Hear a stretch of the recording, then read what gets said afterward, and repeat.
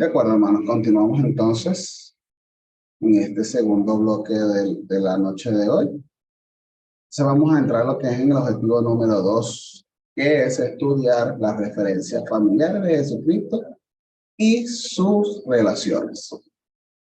Ahora bien, hermanos, quiero preguntarles en este momento, ¿ustedes, alguno tiene claro lo que es la definición de herejías?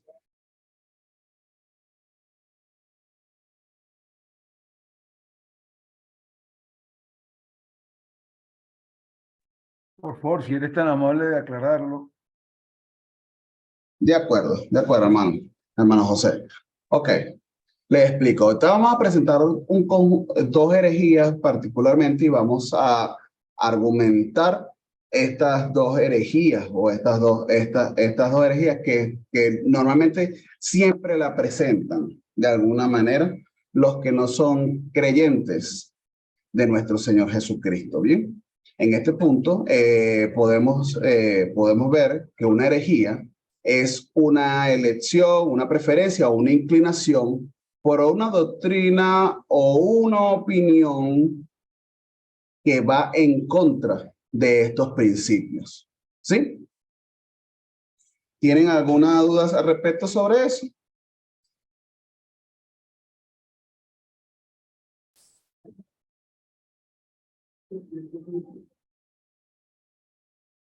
¿Me escuchan bien, hermanos?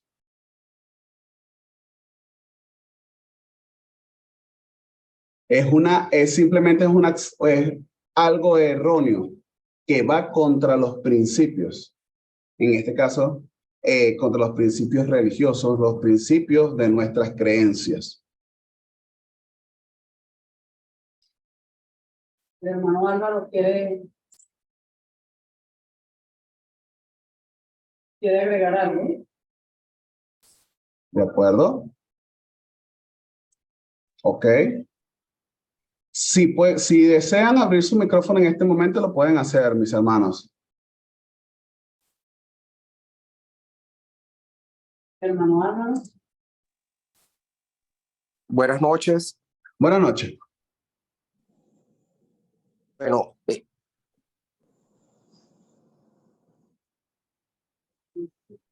Sí, buenas noches, adelante.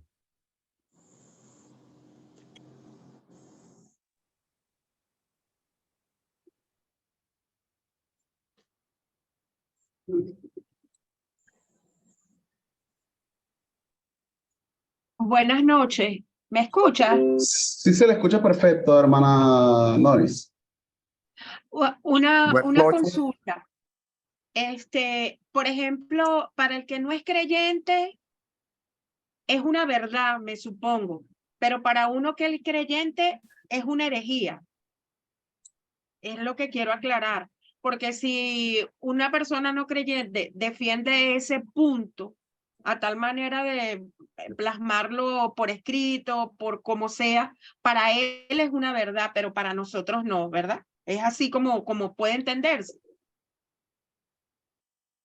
Ok, vamos a dar la palabra al hermano Álvaro. Tengo problemas con mi micrófono. ¿Se escucha? Se escucha perfectamente, hermano Álvaro. Bueno, primeramente, Dios los bendiga. Un placer estar con ustedes. A ver, una herejía. Nosotros como cristianos tenemos dogmas en nuestra doctrina, ¿cierto? Correcto. Por ejemplo, hablamos de que una dogma en nuestra doctrina es que Jesús es el Hijo de Dios, pero que Jesús es 100% hombre y también es 100% Dios. Eso es una de nuestros dogmas, ¿cierto? En nuestra doctrina cristiana. Cuando hablamos de herejía, es que alguien puede afirmar o puede tomar una posición totalmente contraria a lo que son nuestros principios religiosos o nuestros principios dogmáticos. Es decir, es toda aquella persona que puede ir en contra de nuestros principios, nuestras reglas, todo lo que se establece en nuestra Biblia. Si alguien está en contra de eso, eso es lo que comúnmente llamamos una herejía. Gracias. Así es. Aceptado. Va en contra de nuestra creencia. Es correcto. Correcto, correcto. Por eso podemos decir que entonces una herejía es una tendencia, una teoría o una creencia que a pesar de ser innovadora según el punto de vista de quien lo realiza, solo busca contrariar, como lo dice el hermano Álvaro, ese dogma o fe del creyente de una religión específica. Ok, entonces en este punto, ¿alguien quiere hacer alguna otra intervención o algún punto de vista de esta definición o estamos bien? Estamos bien porque él fue claro en la respuesta. De ¿Me acuerdo. parece? Perfecto. Entonces, teniendo esto claro, entonces vamos a presentar dos herejías que han sido presentadas y largamente intentando argumentar, pero nosotros vamos a tener algunas respuestas y que basa nuestra fe y nuestro dogma sobre estos principios. Ok, entonces la primera herejía que se presenta es que María, la madre de Jesucristo, no era la legítima esposa de José. Y ahí es donde vamos a tener en cuenta los siguientes aspectos. Bien, primeramente podemos ver que Dios prohibía expresamente juntarse o ayuntarse sin casarse. ¿Saben qué significa juntarse o ayuntarse? Simplemente, sí, dígame. Casarse, todo el mundo sabe lo que es un matrimonio, pero ayuntarse no sé. Ayuntarse simplemente era tener intimidad. Okay. Bien, en esos términos lo tomaban, esa palabra la tomaban mucho sobre ese punto. Bien, entonces también nos decía sobre esta herejía, tanto María como José habrían, si no se cumpliera la primera, entonces tanto María como José habrían sido apedrados dentro de lo que es la cultura judía. Dentro del matrimonio judío no se admite el voto de virginidad ni celibato. A menos no había esa prohibición. En pocas palabras, esto lo tenemos que tener bien claro y nos lo explica en lo que es la palabra de nuestro Señor en 1 Corintios 7, del 3 al 5, que Dios habla explícitamente a no negarse sexualmente a menos que sea por mutuo consentimiento para ocuparse en la oración. Era el único la única circunstancia que podía hacerse ese tema de abstenerse. De resto, era una obligación y era necesario para poder consumar lo que era el matrimonio. También podemos ver en la palabra de nuestro Señor en Mateos 1:25, que nos indica que José no conoció como mujer a María hasta el nacimiento del Mesías. Eso es algo que debemos tener anotado, precisado, porque cuando se presente en estas circunstancias podamos tener las respuestas conforme a la palabra de estos argumentos sobre contrarrestar lo que es esta herejía. Y en Mateos 1:20, Dios manda a José a que no temiera de tomar a María como su mujer. Dios jamás indica abstenerse de tener relaciones sexuales con su marido, ya que nunca se concretaría su unión como fundamento bíblico, civil y eclesiástico para el momento. ¿Tenemos estos aspectos claros, hermanos?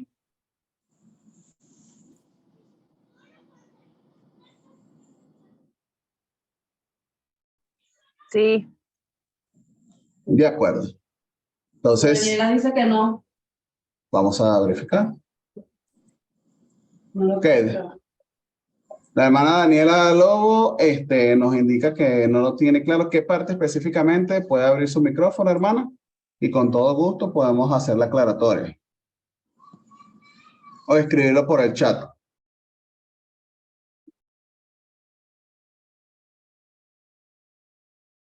Estamos en un proceso de formación, de crecimiento, donde todos en conjunto vamos a ir avanzando sobre cada uno de estos aspectos.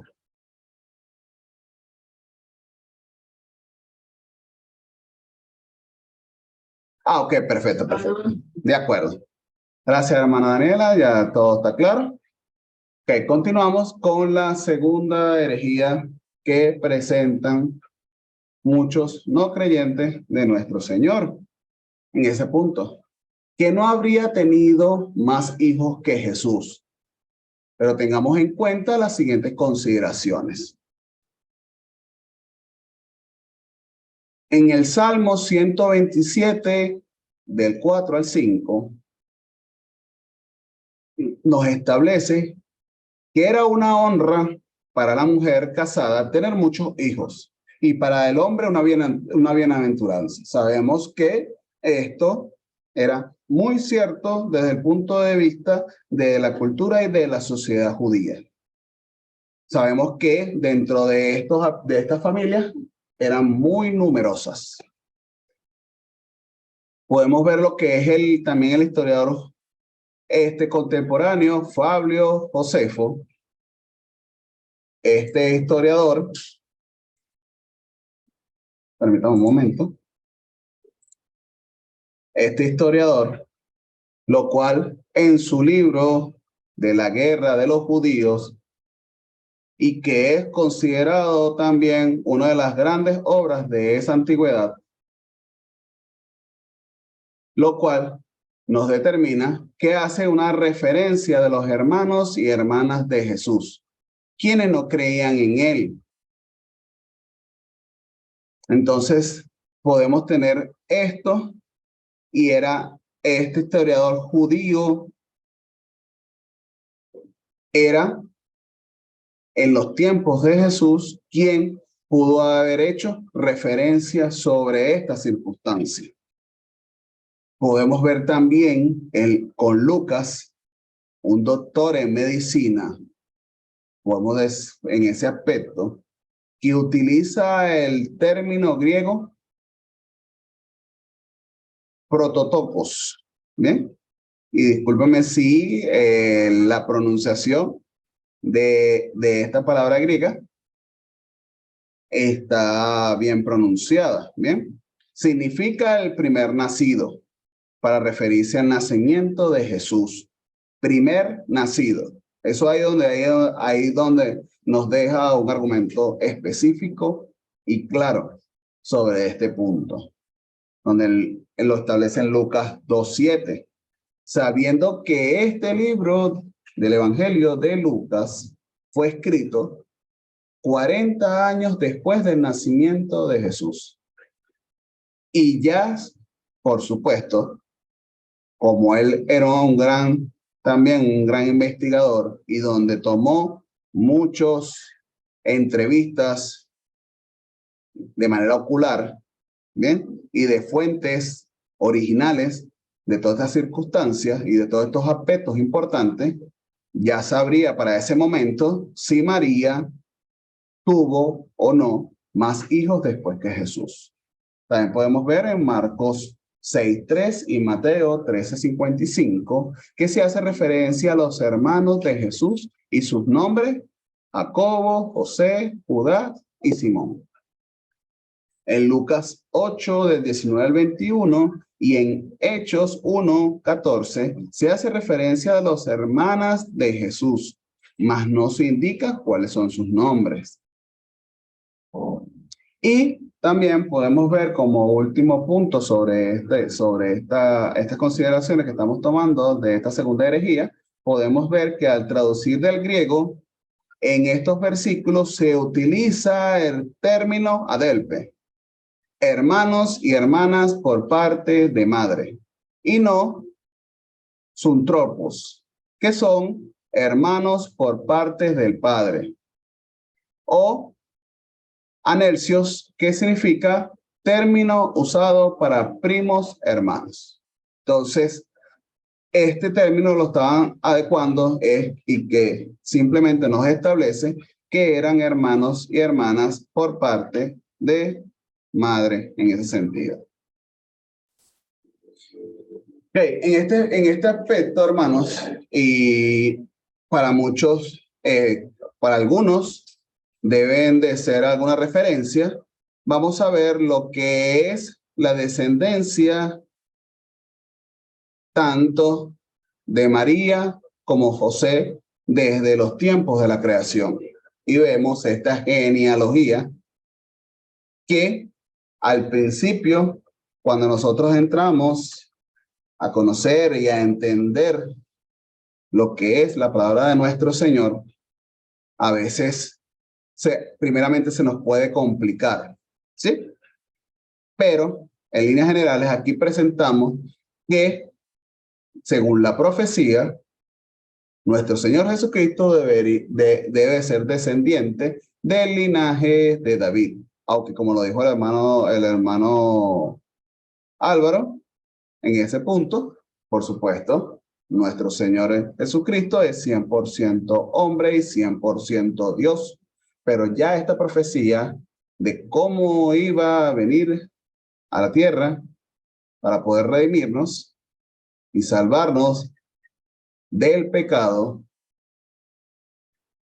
esto tenía que ocurrir conforme a su palabra. Vemos cómo desde el linaje de David se separa, por así decirlo, dos descendencias, Natán y Salomón, dos hijos de David, lo cual uno lo refiere o uno se conduce por el Evangelio de Mateo y el otro por el Evangelio de Lucas. Podemos ver que uno lo hace a través de la sucesión del trono y el otro por la sucesión sanguínea, sucesión de la línea real, lo cual en ambas listas solo coinciden en dos nombres, Zorobabel y Salatiel. Y vemos cómo en este aspecto termina siendo descendencia de José a través de lo que es la línea de Salomón y María por la descendencia de Natán. Estos son los aspectos fundamentales de lo que es la genealogía de nuestro Señor Jesucristo. ¿De acuerdo?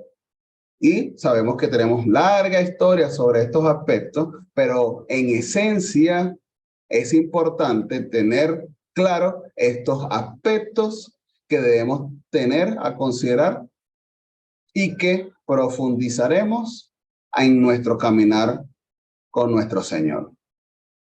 ¿Tienen alguna pregunta sobre este aspecto, hermanos? Sí, tengo pregunta en cuanto a, estaba anotando, José es descendencia de, y disculpe, Salomón, José Salomón, Salomón. del rey Salomón, correcto. Y María es descendencia de Natán. De Natán, correcto. Recuerde, lo importante de aquí es de cómo los evangelios tomaron esta descendencia, uno de dos puntos o de perspectivas distintas, uno desde el trono y otro desde el lado sanguíneo.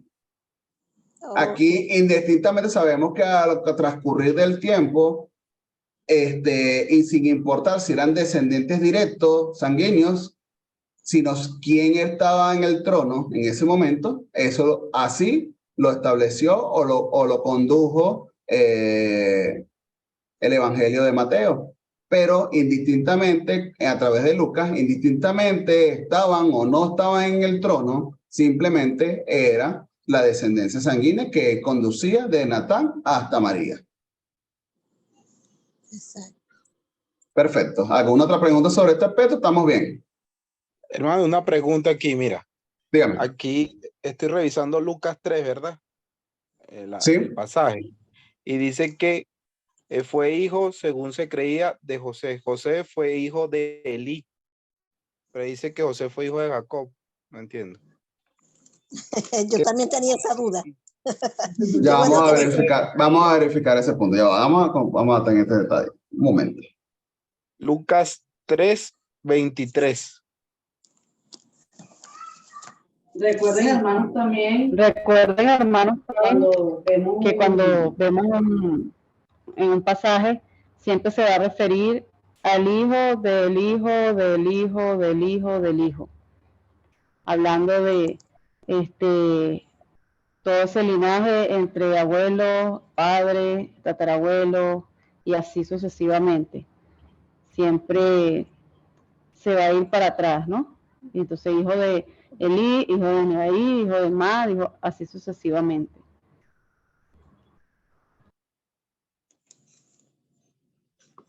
Pero confunde un poquito, profesora, de verdad, porque mira, dice Jesús Sí, mismo sí, claro, al claro, comenzar claro, su sí ministerio confunde. era de 30 años, hijo según se creía de José, hijo de Elí. Pero hay otra parte donde Claro, te dice que eres hijo de Jacob. Y yo lo entendí de esta manera, que su descendencia venía de Abraham. Abraham, Isaac, hijo de Abraham, ¿verdad? Después viene Jacob, que es hijo de Isaac. Y después entendí Jacob, José, hijo de Jacob. Y después de José viene Jesucristo, Jesús.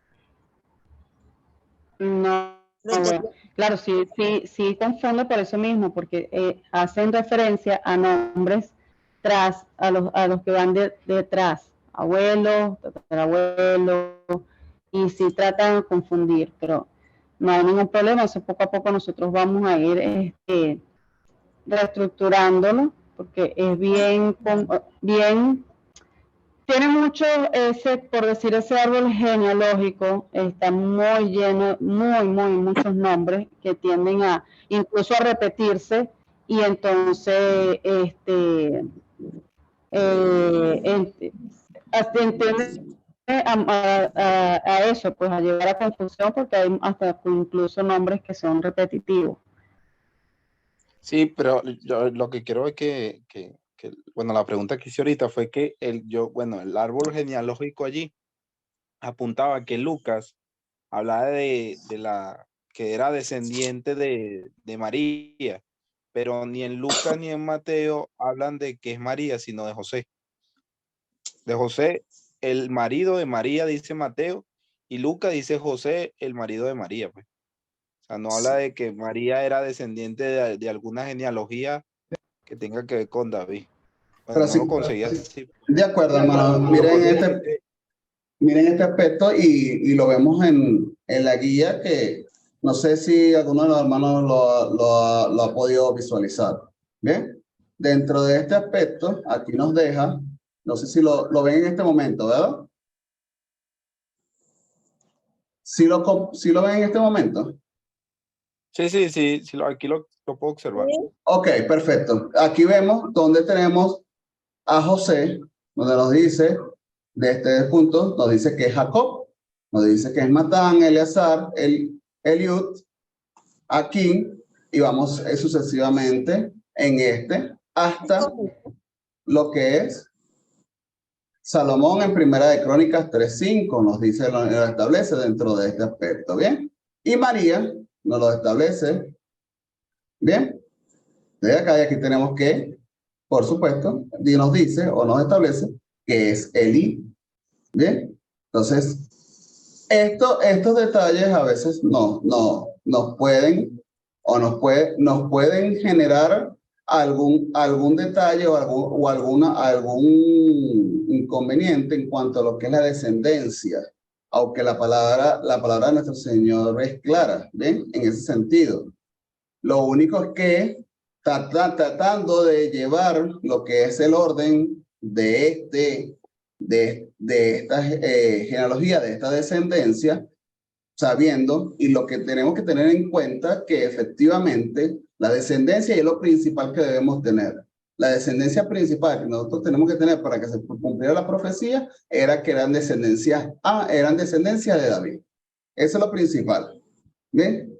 Que haya pasado en el camino, ya eso puede haber algunos detalles, algunos percances sobre ese orden, ¿bien? Aunque la palabra de nuestro Señor nos dice o trata de hacernos lo que es la interpretación de estos aspectos en cuanto a lo que es la descendencia, ¿bien? Pero ambos, de cierta manera, son descendencias de David.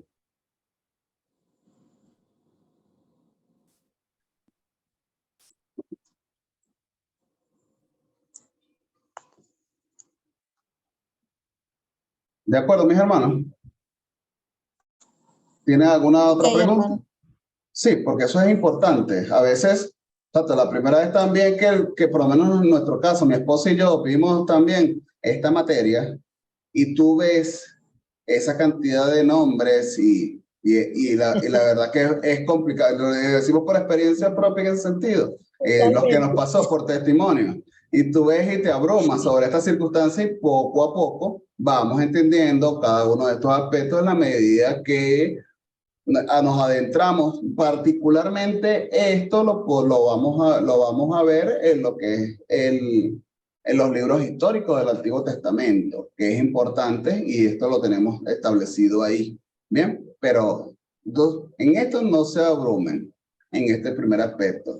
Lo que deben entender que descendencia de David, que es lo principal que debemos tener en cuenta sobre este aspecto para tenerlo en cuenta y seguir avanzando.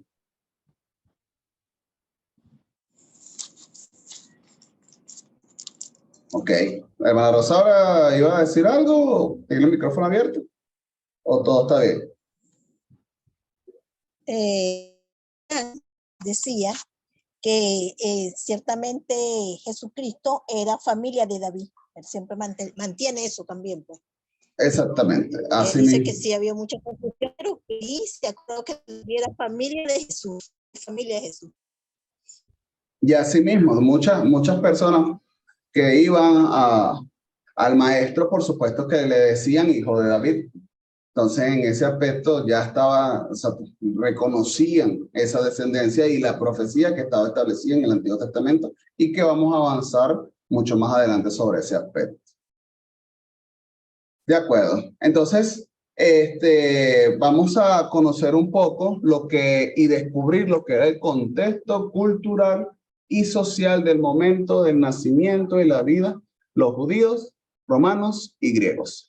Podemos ver, hermanos, que lo que era la región de Galilea, que tenía mucho más agua y por ende más fértil, Judea era más árida y montañosa para viñas y olivares.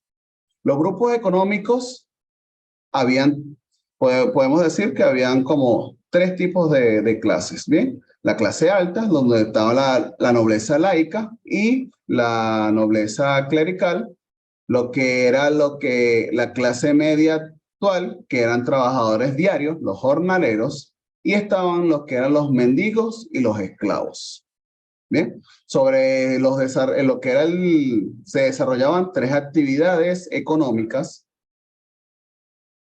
lo cual era el cultivo de trigo en el sur de Galilea, ganadería de ovinos, bueyes y cabras en terrenos menos fértiles, pesca en el lago de Tiberíades y también se desarrollaban dos actividades comerciales. Una que eran los artesanos y los comerciantes, por poner un ejemplo, los cueros, perfumes, aceites, etcétera.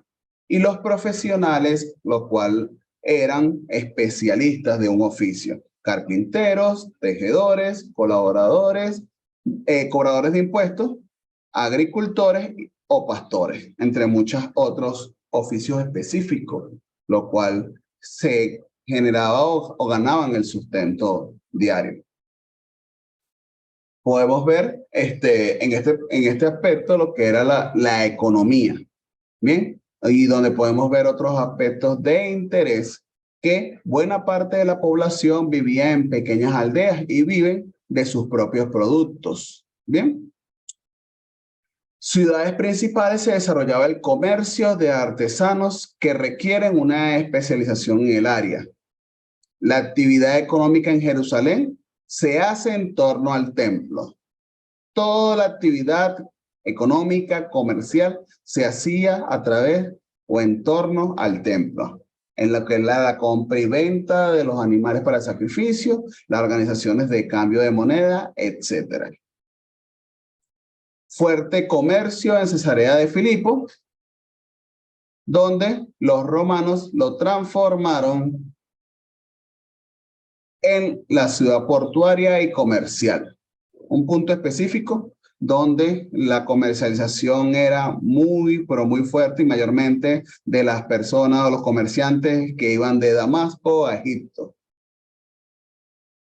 También lo que eran las riquezas del país proviene de los productos de la tierra y del comercio religioso y que son acaparadas por lo que eran las clases dominantes. Dignatarios religiosos exigen el diezmo de todos los judíos mayores de edad. Sabemos y entendemos que dentro de la cultura judía establece que un hombre, y únicamente era en el aspecto de los hombres, que ya con 12 años ya podía presentarse en la sinagoga y ya podía tomar decisiones. Entonces, ya a partir de ese momento, se le exigía lo que era el diezmo. Y que son los impuestos, tanto los civiles como los religiosos. En el caso del diezmo, la parte religiosa, y la parte civil, entonces los prat romanas. Los oficios: alfareros, pescadores, carpinteros, herreros, constructores, pastores, etcétera, mayormente son familias, son familiares, simplemente son oficios que van de descendencia en generación tras generación. Normalmente siempre el padre le enseñaba al hijo en ese proceso.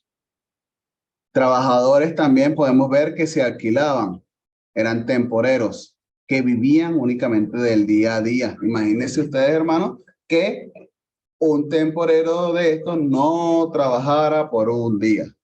Esto quiere decir que era una dificultad para su familia en ese momento. También podemos ver que las personas con discapacidades físicas o mentales, con pobreza material, eran rechazados y hasta eran considerados malditos.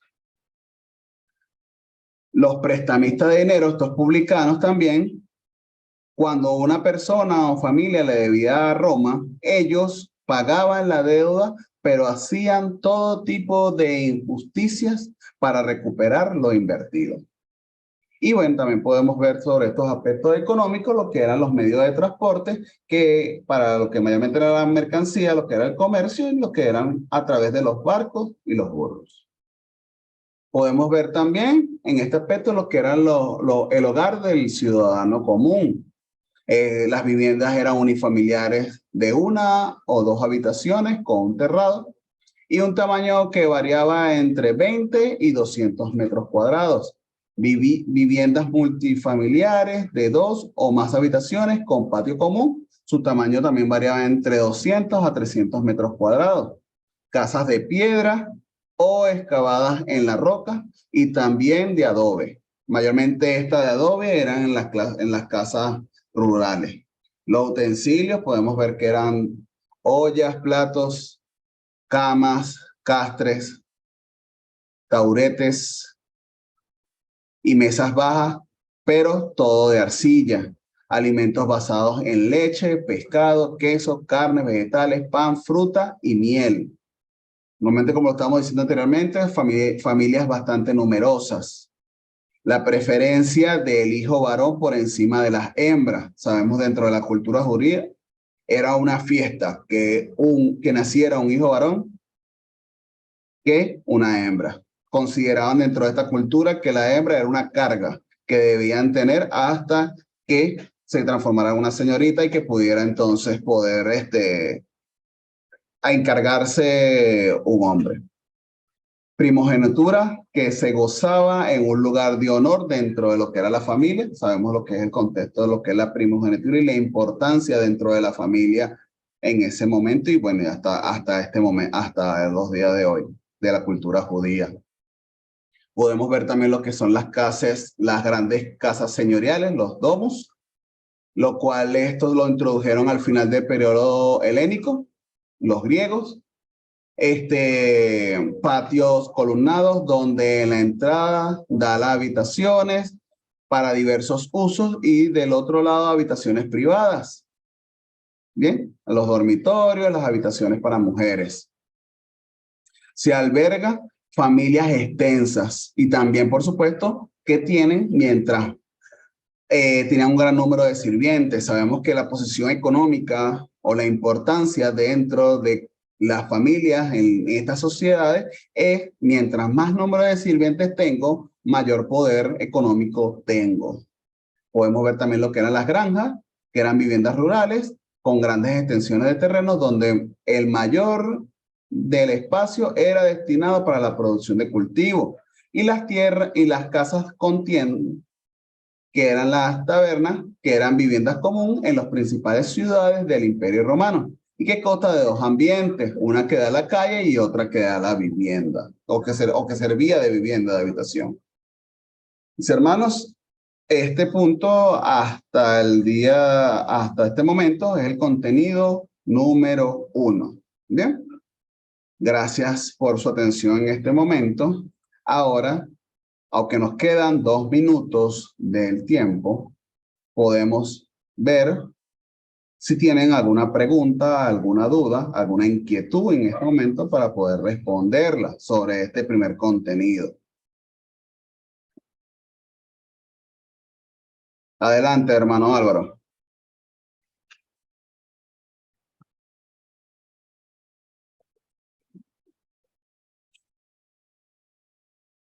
Encienda su micrófono, hermano Álvaro, para poder escucharle.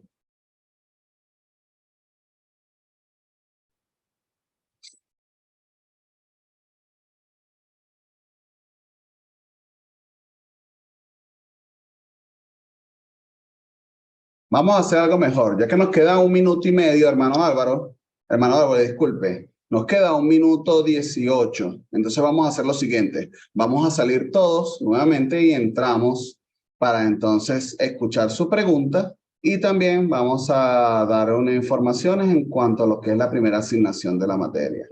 ¿Sí? Entonces salimos y entramos nuevamente.